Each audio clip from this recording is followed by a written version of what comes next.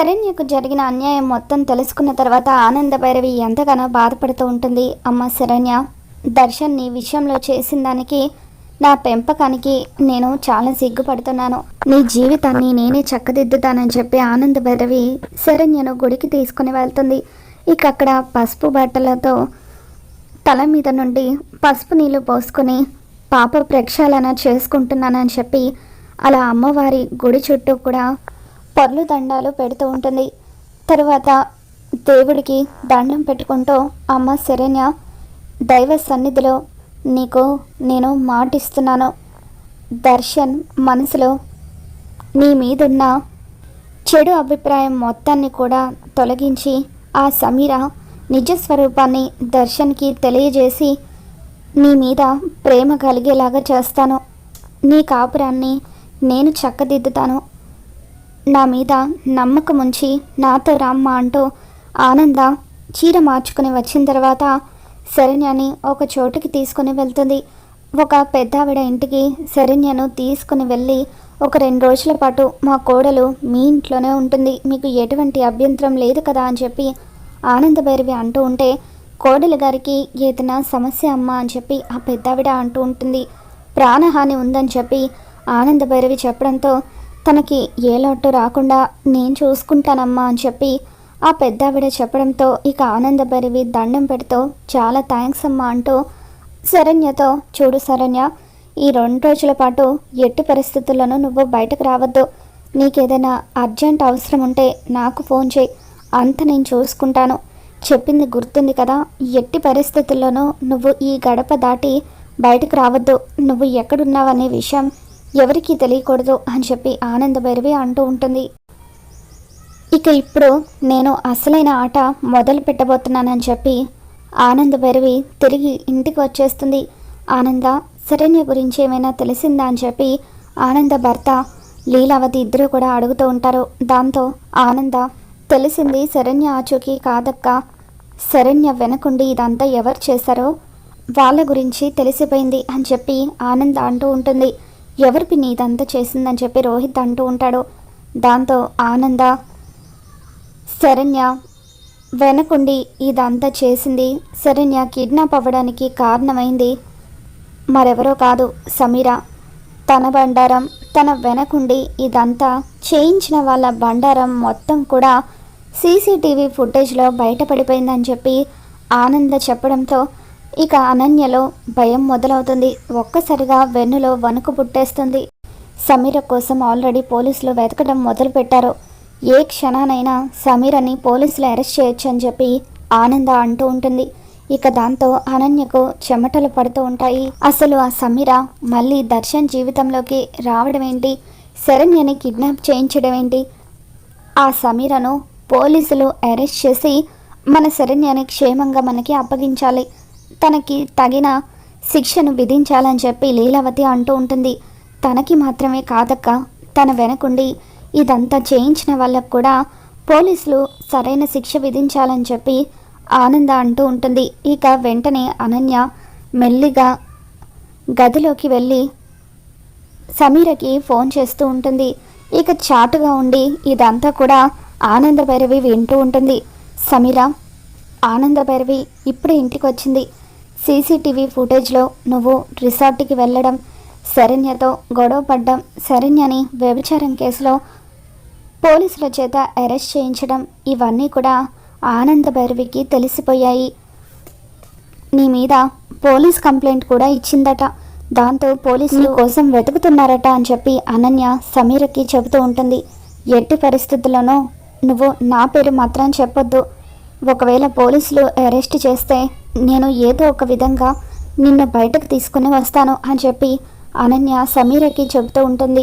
ఇక దాంతో ఆనంద చాటుగా ఉండి అనన్య మాటలు వింటూ, అయితే నేను ఊహించింది నిజమే అన్నమాట, శరణ్య కిడ్నాప్ అవ్వడానికి ఆ సమీరతో పాటు నీ హస్తం కూడా ఉందన్నమాట. మీ ఇద్దరి సంగతి చెప్తాను, మీకు తగిన బుద్ధి చెప్పి ఇంకెప్పుడు మీరు జీవితంలో నా కోడలి జోలికి రాకుండా చేస్తాను. అలాగే దర్శన్ మనసులో శరణ్య మీద ప్రేమ కలిగేలాగా చేస్తాను అని చెప్పి ఆనంద భైరవి తనకు తెలిసిన ఒక పోలీస్ ఆఫీసర్ దగ్గరికి వెళ్తుంది. ఇన్స్పెక్టర్ గారు, నేను మిమ్మల్ని ఒక రిక్వెస్ట్ చేయాలని అనుకుంటున్నాను.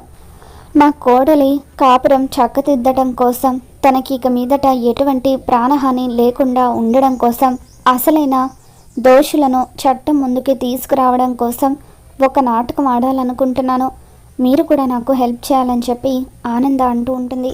దాంతో ఆ ఇన్స్పెక్టర్, అలాగే అండి, మీరు మీ కోడలికి న్యాయం జరగడానికని అంటున్నారు కాబట్టి తప్పకుండా నా తరపు నుండి మీకు ఎటువంటి సాయం చేయాలన్నా చేస్తానని చెప్పి ఆ ఇన్స్పెక్టర్ ఆనంద భైరవికి మాటిస్తాడు. తర్వాత ఆనంద తన ప్లాన్ మొత్తాన్ని ఆ ఇన్స్పెక్టర్కి వివరిస్తుంది. అలాగే మేడం, మీరు చెప్పినట్టుగానే చేస్తాను అని చెప్పి ఇన్స్పెక్టర్ అంటూ ఉంటారు. ఇక ఆనంద ఏమీ తెలియనట్టుగా తిరిగి ఇంటికి వచ్చేస్తుంది. ఇక ఇంట్లో అందరూ కూర్చొని ఉండగా సడన్గా ఇంతలో పోలీసులు ఇంటికి వస్తారు. పోలీసులు ఇంటికి రావడంతో ఇదేంటి, పోలీసులు ఇంటికి వచ్చారు, కొంప తీసి నన్ను అరెస్ట్ చేయడానికి రాలేదు కదా అని చెప్పి అనన్య టెన్షన్ పడుతూ ఉంటుంది. ఇక అప్పుడు ఆ ఇన్స్పెక్టర్ ఆనంద వాళ్ళతో, మేడం, మీ కోడలు కనిపించడం లేదని అన్నారు కదా, అచ్చం మీ కోడలి పోలికలు ఉన్న ఆవిడ దగ్గరలో ఉన్న లేక్లో శవమై మాకు దొరికింది.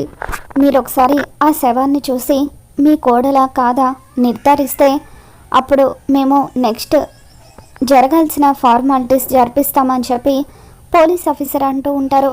దాంతో ఆనంద కన్నీళ్లు పెట్టుకుంటున్నట్టుగా నటిస్తూ, ఏంటి ఇన్స్పెక్టర్ గారు మీరు అనేది, మా కోడలి శరణ్య డెడ్ బాడీ దొరకడం ఏంటి అని చెప్పి టెన్షన్ పడుతున్నట్టుగా నటిస్తూ ఉంటుంది. ఇక ఇంట్లో వాళ్ళందరూ హాస్పిటల్కి వెళ్ళి అక్కడున్న ఒక డెడ్ బాడీని చూస్తూ ఉంటారు. మేడం, ఏదో ప్రమాదం వల్ల శవం అంతా కూడా గుర్తుపట్టని విధంగా అయిపోయింది. కేవలం తన వస్తువులను చూసి మాత్రమే మీరు మీ కోడలా కాదా గుర్తుపట్టండి అని చెప్పి పోలీస్ ఆఫీసర్ అంటూ ఉంటారు. దాంతో శరణ్య రింగ్ని వాళ్ళు ఆనంద భైరవికి చూపించడంతో, ఇది మా కోడలి రింగే ఇన్స్పెక్టర్ గారు అని చెప్పి ఆనంద అంటూ ఉంటుంది. ఇక దాంతో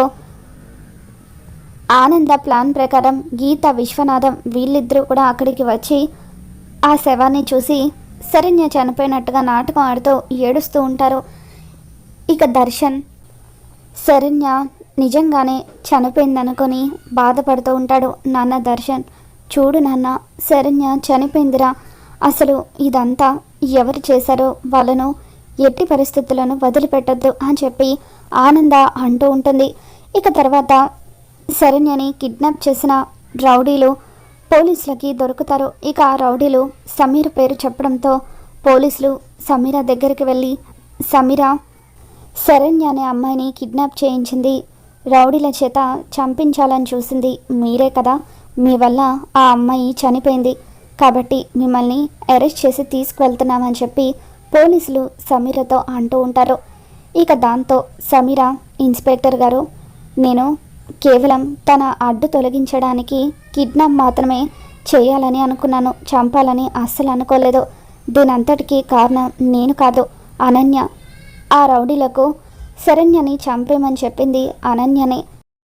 దయచేసి నన్ను వదిలేయండి సార్, దర్శన్ నేను ఇద్దరం కూడా ప్రేమించుకున్నాము, అందుకే ఎలాగైనా సరే శరణ్యను దర్శన్ జీవితంలో నుండి పంపించేయడం కోసమే ఇదంతా చేశాను, అంతేకాని తనని నిజంగా చంపాలని నేను అనుకోలేదు అని చెప్పి సమీర అంటూ ఉంటుంది. ఇక అలా సమీర పోలీసులకు చెబుతూ ఉంటే అప్పుడే దర్శన్ కూడా అక్కడికి వచ్చి సమీర మాటలు మొత్తం కూడా వినేస్తాడు. అంటే శరణ్య చనిపోవడానికి కారణం ఒక విధంగా నువ్వు కూడా అన్నమాట.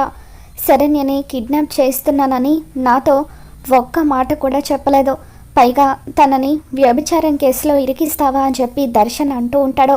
ఇక దాంతో సమీర, దర్శన్ దయచేసి నన్ను తప్పుగా అర్థం చేసుకోవద్దు, నేను ఏం చేసినా కూడా నీ కోసమే చేశాను, నిన్ను సొంతం చేసుకోవడానికే ఈ విధంగా చేశాను, వ్యభిచారం కేసులో శరణ్యని ఇరికిస్తే అప్పుడు తను నిన్ను వదిలేసి వెళ్ళిపోతుందేమోనని అలా చేశాను, ప్లీజ్ దర్శన్ దయచేసి నన్ను అర్థం చేసుకో అని చెప్పి సమీర అంటూ ఉంటే ఇక అప్పుడు దర్శన్ సమీరని చీకొట్టి సమీర చెంప పగలగొడతాడు. నీ మాయలు పడి దేవత లాంటి శరణ్యను నేను తప్పుగా అర్థం చేసుకున్నాను. తన విలువ తెలిసేసరికి తను ఈ లోకంలోనే లేకుండా వెళ్ళిపోయింది అని చెప్పి దర్శన్ ఎంతగానో బాధపడుతూ ఉంటాడు. మరోపక్క పోలీసులు అనన్య దగ్గరికి కూడా వస్తారు. శరణ్య కిడ్నాప్ వెనుక మీ హస్తం కూడా ఉందని సమీర చెప్పింది అని పోలీసులు అనన్యని ఇంట్రాగేట్ చేస్తూ ఉంటే అప్పుడు లీలావతి, మీరు ఏమంటున్నారు ఇన్స్పెక్టర్ గారు? శరణ్య అనన్య ఇద్దరు సొంత అక్క చెల్లెలు. అటువంటప్పుడు శరణ్యని కిడ్నాప్ చేయించాలని అనన్య ఎందుకు అనుకుంటుందని చెప్పి లీలావతి అంటూ ఉంటే అప్పుడు ఇన్స్పెక్టర్, అదంతా మాకు తెలియదండి. మా ఎంక్వైరీలో మాత్రం అనన్య పాత్ర కూడా ఉందని తెలిసింది, కాబట్టి తనని కూడా మేము అరెస్ట్ చేస్తున్నామని చెప్పి పోలీసులు అంటూ ఉంటారు. ఇక దాంతో అనన్య, ప్లీజ్ ఇన్స్పెక్టర్ గారు, దయచేసి నన్ను వదిలేయండి. ఇదంతా చేసింది సమీర్ అనే, నాకు శరణ్య కిడ్నాప్ అవ్వడానికి ఎటువంటి సంబంధం లేదు అని చెప్పి సమీర నన్ను సాయం అడిగింది. ఎలాగైనా దర్శన్ని సొంతం చేసుకోవడానికి ఏదైనా ప్లాన్ చెప్పమంటే కేవలం నేను కిడ్నాప్ చేయించమని మాత్రమే చెప్పాను, చంపాలని అస్సలు అనుకోలేదు. ప్లీజ్ ఇన్స్పెక్టర్, దయచేసి నన్ను వదిలేయండి అని చెప్పి అనన్య బతిమలాడుతూ ఉంటుంది. సమీర ఫోన్ హిస్టరీ మొత్తం కూడా మేము చెక్ చేసాము. అదే కాకుండా మీరిద్దరూ బయట కలుసుకొని మాట్లాడుకోవడం ఇదంతా కూడా సీసీటీవీ ఫుటేజ్లో రికార్డ్ అయింది. కాబట్టి మీరిద్దరూ కలిసే ఇదంతా చేశారని మా ఎంక్వైరీలో తేలడంతో మీ ఇద్దరిని కూడా మేము అరెస్ట్ చేస్తున్నామని చెప్పి పోలీసులు అనన్యని అరెస్ట్ చేస్తూ ఉంటారు. ఇక రోహిత్ అనన్యని చీకొడుతూ, సొంత చెల్లెల్ని కిడ్నాప్ చేయించి చంపాలని చూస్తావా? నీ మొహం చూడాలంటేనే అసహ్యంగా ఉంది అని చెప్పి అనన్యని అసహించుకుంటూ, తీసుకువెళ్ళండి ఇన్స్పెక్టర్, ఇటువంటి వాళ్ళు బయట తిరగడానికి వీల్లేదు, వాళ్లకు తగిన శిక్ష పడేలాగా చేయండి అని చెప్పి రోహిత్ అంటూ ఉంటాడు. ఇక ఆ విధంగా అనన్యని కూడా పోలీసులు అరెస్ట్ చేస్తారు. ఇక ఆనంద వాళ్ళిద్దరి చేత నిజం కక్కించినందుకు ఇన్స్పెక్టర్కి థ్యాంక్స్ చెప్తూ, మా కోడలు క్షేమంగానే ఉంది ఇన్స్పెక్టర్ గారు, కానీ వాళ్ళంతటా వాళ్ళు చేసిన నేరాన్ని బయట పెట్టించడం కోసమే మిమ్మల్ని సాయం చేయమన్నాను. చాలా థ్యాంక్స్ ఇన్స్పెక్టర్. శరణ్య నిజంగానే చనిపోయిందనుకొని వాళ్ళ నోటితోనే వాళ్ళు చేసిన తప్పులన్నీ కూడా బయట పెట్టారు అని చెప్పి ఆనంద ఇన్స్పెక్టర్కి థ్యాంక్స్ చెప్తూ ఉంటుంది. మరి రాబోతున్న ఎపిసోడ్లో ఏం జరగబోతుందో మళ్ళీ మన ఛానల్లో తెలుసుకుందాం. ఈ వీడియో మీకు నచ్చినట్లయితే తప్ప లైక్ చేయండి.